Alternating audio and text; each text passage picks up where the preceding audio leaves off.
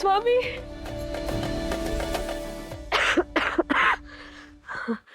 ಇಲ್ಲ ಇಲ್ಲ, ನನ್ನ ಮಗ ಸನ್ಯಾಸಿ ಆಗೋದಕ್ಕೆ ನಾನು ಬಿಡೋದಿಲ್ಲ.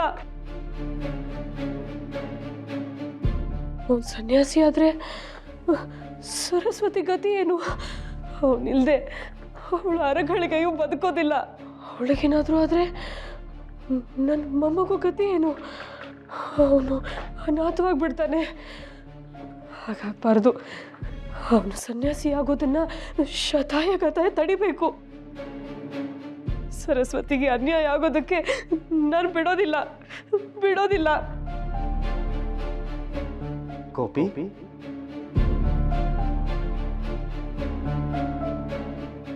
ನಾನಷ್ಟು ವಿವರವಾಗಿ ಹೇಳಿದ ಮೇಲೂ ವ್ಯಾಮೋಹದಿಂದ ನೀನು ಬಿಡುಗಡೆನೇ ಪಡಿತಿಲ್ವಲ್ಲ ಗೋಪಿ? ಹೇಗೆ ಬಿಡುಗಡೆ ಪಡೀಲಿ? ಹೆತ್ತ ಕರಳಿನ ಸಂಕಟ ನಿಮಗೆ ಹೇಗೆ ಅರ್ಥ ಆಗತ್ತೆ? ಹುಚ್ಚಿ, ಕಾಲನ ಕರಿಯ ಮುಂದೆ ಈ ಯಾವ ಸಂಬಂಧಗಳಿಗೂ ಅರ್ಥವಿಲ್ಲ. ಅವನು ಹೋಗು ಅಂದಾಗ ಬಂದಿದ್ದೀಯಾ, ಬಾ ಅಂದಾಗ ಹಿಂದಿರುಗಿ ಬಿಡಬೇಕು. ಯಾಕೆ ಏನು ಅಂತ ಕೇಳೋ ಹಕ್ಕು ಯಾರಿಗೂ ಇರೋದಿಲ್ಲ. ನಿನಗಿರೋದು ಇನ್ನು 3 ದಿನಗಳು.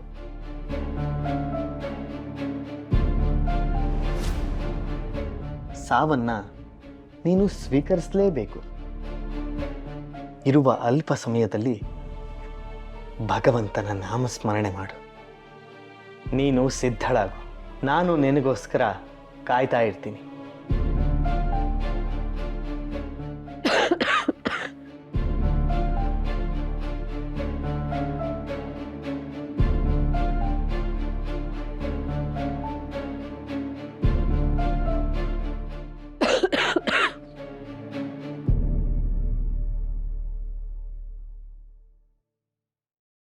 ಈ ಸಂಬಂಧಗಳ ಜೊತೆ ನಿನ್ನ ವಾಸ್ತವ್ಯ ಇನ್ನು 3 ದಿನಗಳು.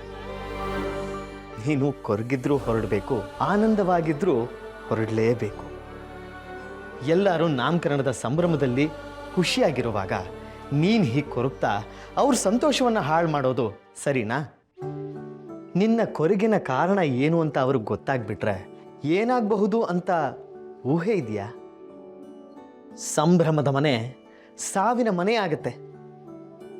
ನಗುವಿನ ಜಾಗದಲ್ಲಿ ಆಕ್ರಂದನ ತುಂಬಿಕೊಳ್ಳುತ್ತೆ.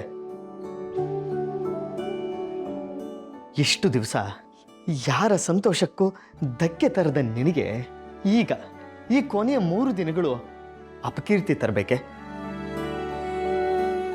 ಇಲ್ಲ ಸ್ವಾಮಿ, ನನ್ನಿಂದ ನನ್ನ ಮೊಮ್ಮಗು ನಾಮಕರಣ ಸಂಭ್ರಮ ಹಾಳಾಗಬಾರ್ದು. ಹಾಗಾದ್ರೆ ಬದುಕಿನ ಎಲ್ಲ ಸುಖ ದುಃಖಗಳನ್ನು ಅನುಭವಿಸಿ ತುಂಬು ಜೀವನವನ್ನು ನಡೆಸಿರುವ ನೀನು ಸಾವನ್ನು ಸಂತೋಷದಿಂದ ಸ್ವಾಗತಿಸು.